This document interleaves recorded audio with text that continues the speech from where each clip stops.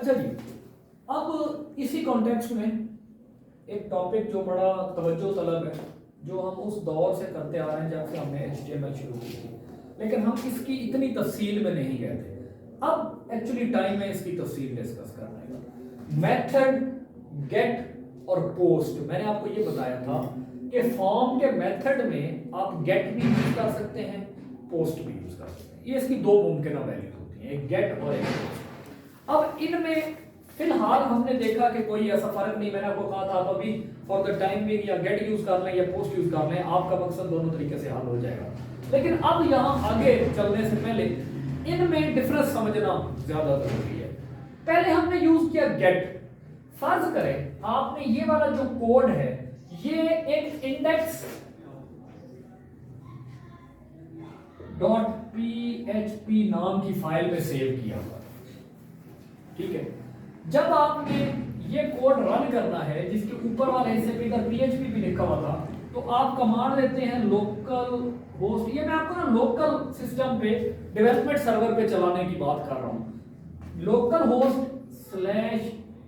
/index.php जब आप ये लिखेंगे ब्राउजर की एड्रेस बार में, तो आपकी ये जो index.php फाइल है ये खुलेगी और ये फॉर्म आपके सामने क्रिएट हो जाएगा, ठीक है। अब ये याद रखिएगा, अभी आपने फॉर्म के मेथड में गेट लगाया है। अब जब आपका ये फॉर्म डिस्प्ले हुआ, आपने इन इनपुट फील्ड में वैल्यूज डाली और सबमिट का बटन प्रेस किया। अब जब आप सबमिट का बटन प्रेस करेंगे, क्योंकि एक्शन खाली है, तो मैं बार बार ये कहता आ रहा हूं कि एक्शन एट्रीब्यूट अगर खाली होगा तो ये इसी पेज के ऊपर ही सबमिट होगा, मतलब अपने ऊपर ही सबमिट होगा। लेकिन गेट मेथड इस्तेमाल करने से इसकी ये जो होती है ना, इसको बोलते हैं URL, यूनिवर्सल रिसोर्स लोकेटर, यानी इस पेज का आप समझ लें कि एड्रेस। इसमें कुछ तब्दीलियां आएंगी अगर गेट मेथड आपने इस्तेमाल किया हुआ है। अब वो तब्दीलियां क्या होंगी? वो तब्दीलियां ये होंगी कि ये आपके पास ऐसे लिखा जाएगा, जैसे ही आप सबमिट का बटन दबाएंगे गेट मेथड के साथ, तो ये पेज रिफ्रेश होगा और इसकी ये जो URL है इसमें यहां पर कुछ पैरामीटर ऑटोमेटिकली साथ अटैच हो जाएंगे। कैसे? यहां तक तो लिखा रहेगा, इसके आगे खुद ब खुद क्वेश्चन मार्क लग जाएगा। ये आपके सबमिट बटन दबाने के बाद की बात कर रहा हूं, ठीक है। उसके बाद जो पहली फील्ड सबमिट हुई है उसका नाम लिखा जाएगा A1, आगे इक्वल लिखा जाएगा, और इधर आपने जो वैल्यू इस फील्ड के अंदर डाली होगी वो वैल्यू आगे यहां लिखी जाएगी। उसके बाद यहां एंड का सिंबल लगेगा। अब मैं यहां क्योंकि जगह कम है तो नीचे लिख रहा हूं, एंड का सिंबल लगेगा। फिर आगे दूसरी फील्ड का नाम लिखा जाएगा B1, आगे इक्वल की अलामत लगेगी। फिर जो आपने B1 में वैल्यू लिख के सबमिट की होगी वो आगे लिखी जाएगी। फिर एंड का सिंबल लगेगा। फिर तीसरा एलिमेंट लिखा जाएगा C1, इक्वल का साइन लगेगा। उसके अंदर जो आपने वैल्यू लिखी होगी वो आगे लिखी जाएगी। फिर एंड का सिंबल लगेगा। तीसरा क्या था? S1 बटन जो था, हर एलिमेंट का नाम लिखा जाता है, और इसकी वैल्यू क्या सबमिट होगी? सेव। मतलब अब ये जो छोटा सा URL था ये आपके पास पूरा इतना लंबा URL बन जाएगा, ठीक है। ये है गेट मेथड। गेट मेथड में अब यहां समझने की क्या बात है कि जब आपने फॉर्म में गेट मेथड लगा के फॉर्म को सबमिट किया, तो फॉर्म के जितने भी एलिमेंट्स थे उनके नाम यानी उनकी कीज और उनकी वैल्यू आपके इस फाइल के URL के साथ अटैच होकर सर्वर को भेजी जाएगी। ये एक्चुअली इस URL के साथ अटैच कर दी गई है और ये वेब सर्वर को भेजी गई है। बात समझ आई? इसके अगेंस्ट जब आप यहां पर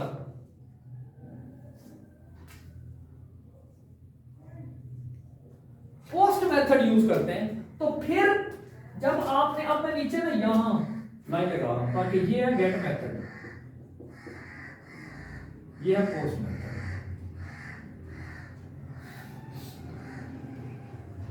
अब क्या होगा? वही आपने URL लिखा हुआ था लोकल होस्ट /index.php। अब जब आपने पोस्ट मेथड से फॉर्म के एलिमेंट्स में वैल्यूज देकर उसको सबमिट किया, तो इस URL में कोई चेंज नहीं आएगा, जबकि वो जो वैल्यूज हैं वो हिडन वेरिएबल्स की शक्ल में सर्वर को भेज दी जाएगी, ठीक है। URL में कोई चेंज नहीं आएगा। ये ऐसे URL दफा रिफ्रेश होगी और ऐसे ही सामने आ जाएगी। ये जो वैल्यूज है ये आपको पता नहीं चलेगा कि कैसे गई है सर्वर के पास। ये इनफैक्ट हिडन वेरिएबल्स की शक्ल में ये सर्वर को भिजवा दी जाती है। ठीक है, तो ये फर्क है गेट और पोस्ट मेथड में। गेट मेथड में आपका जो डाटा होता है वो आपकी यूआरएल के साथ सामने आपको नजर आने लग जाता है जब आप फॉर्म को सबमिट करते हैं। This makes it a security leak. ठीक है, ये हैकर्स के लिए आपकी प्लेट के ऊपर से कपड़ा उठा देता है कि लो खाओ। आपने जो वैल्यूज लिखी हैं, आप अपने पासवर्ड भी तो सबमिट करते हैं ना। एक्चुअली पासवर्ड क्या होता है? फॉर्म ही होता है। फॉर्म होता है, उसके एलिमेंट्स में दो फील्ड बनी होती है, यूजर नेम पासवर्ड, नीचे बटन बना होता है लॉगिन।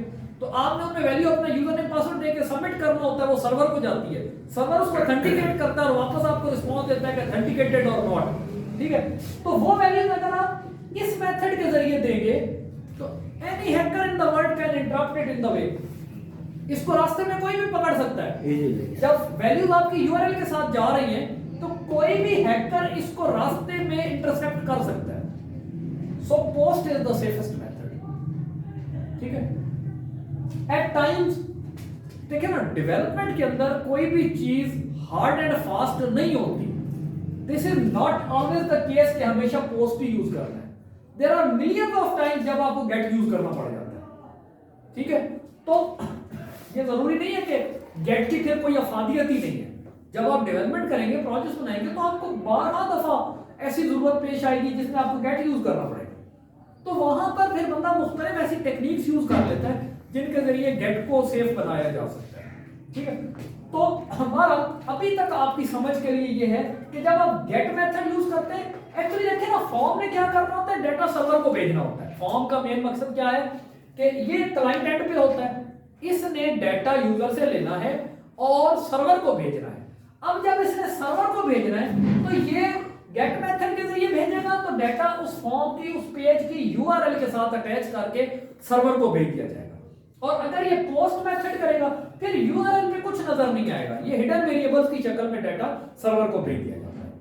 ठीक हो गया? यहां तक आपका कोई क्वेश्चन हो तो मुझे बताएं। अब चाहे आप डाटा गेट मेथड के जरिए भेज रहे या पोस्ट मेथड के जरिए भेज रहे, सर्वर के ऊपर जाकर आपको ये दोनों किस्म का डाटा रिक्वेस्ट का जो एसोसिएटिव अरे होता है उसके अंदर मिल जाता है।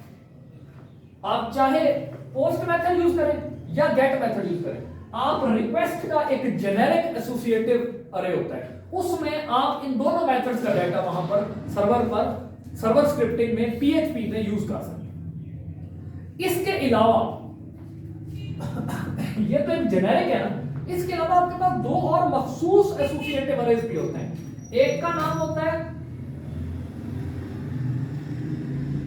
गेट और दूसरे का नाम होता है पोस्ट। माइंडेड के ये तीनों कैपिटल अल्फाबेट्स में लिखे हुए हैं। ठीक है, क्योंकि ये बिल्ट इन होते हैं। काम इन दोनों का भी रिक्वेस्ट जैसा होता है, लेकिन गेट का एसोसिएटिव अरे सिर्फ आप उस वक्त यूज कर सकते हैं जब आप यहां गेट मेथड यूज करते हैं। बाकी उसकी भी यही कीज होती हैं जो बिल्कुल रिक्वेस्ट की तरह ये काम करता है, लेकिन ये सिर्फ उस वक्त काम करता है जब आप गेट मेथड के जरिए डाटा भेजेंगे।